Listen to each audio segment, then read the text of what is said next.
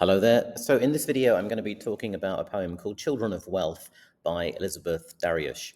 As you may imagine, it looks at privileged children and how they deal with the real world.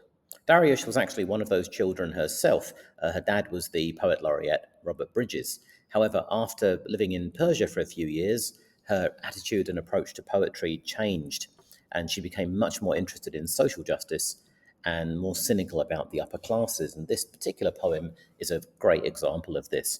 It may also be of interest if you're studying Cambridge's IGCSE Literature course, as this is one of their selected poems. Okay, let's dive in and have a listen to the poem. Children of Wealth. Children of wealth in your warm nursery, set in the cushioned window seat to watch the volleying snow, guarded invisibly by the clear double pane through which no touch ultimately penetrates. You cannot tell what winter means. Its cruel truths to you are only sound and sight. Your citadel is safe from feeling, and from knowledge too. Go down, go out to elemental wrong.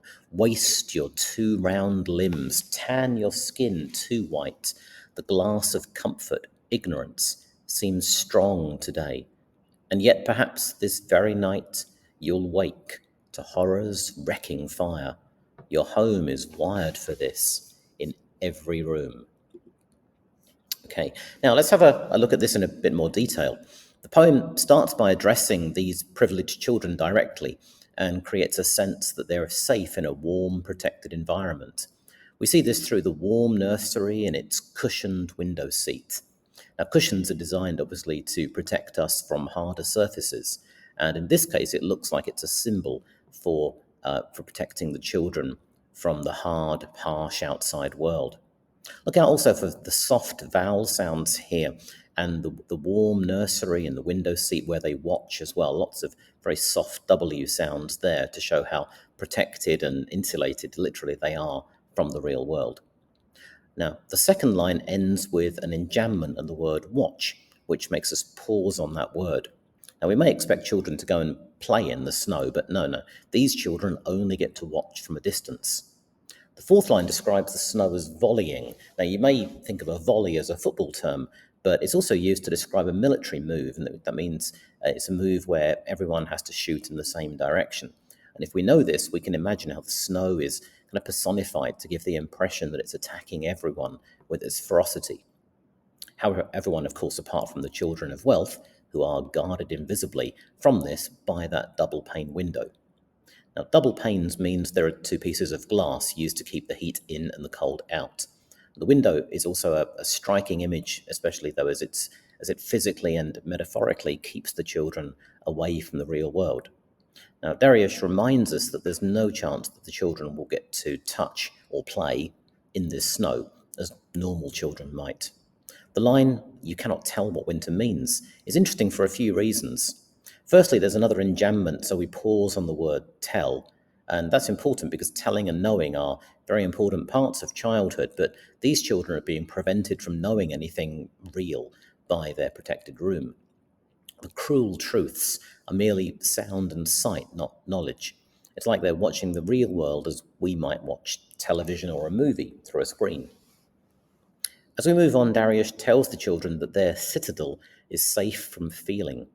Now, all the sibilants in these lines, sound and sight, your citadel is safe, shows the reduced, hushed version of the storm compared with what's happening outside and the harder sounds of volleying snow and cruel truths.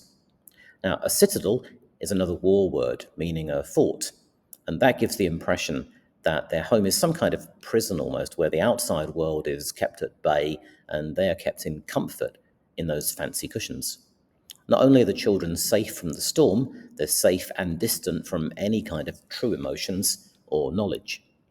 And as we come to the end of this octave or 8-line stanza, note that it's all in one sentence. It's a pretty long, winding sentence, but we'll soon see how the pace picks up as Daryush moves to shorter, sharper sentences to introduce some urgency.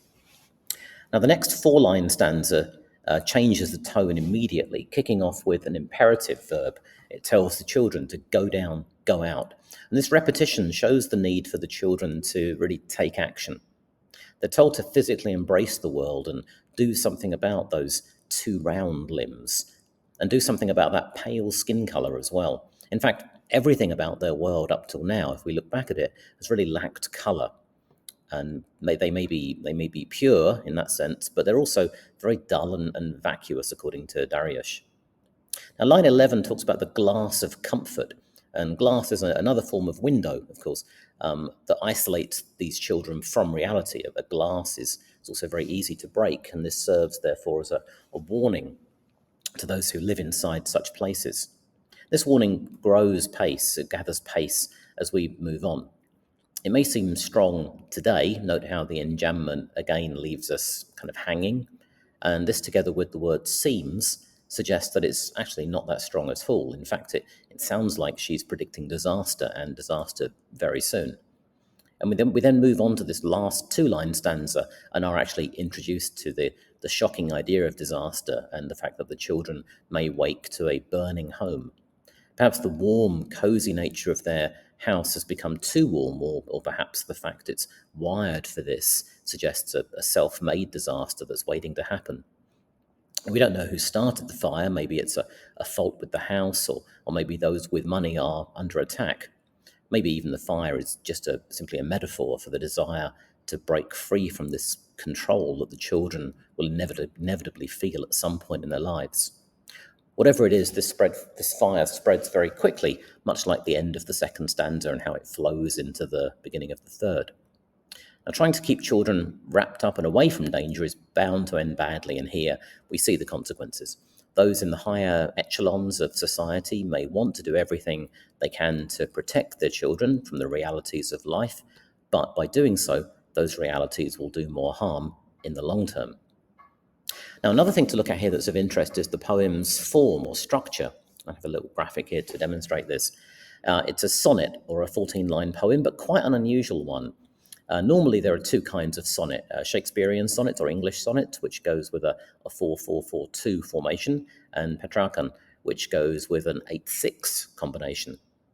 Here, Daryush's poem is closer to Petrarchan's style, but she breaks up this 6-line stanza or sestet into 4 and 2 lines.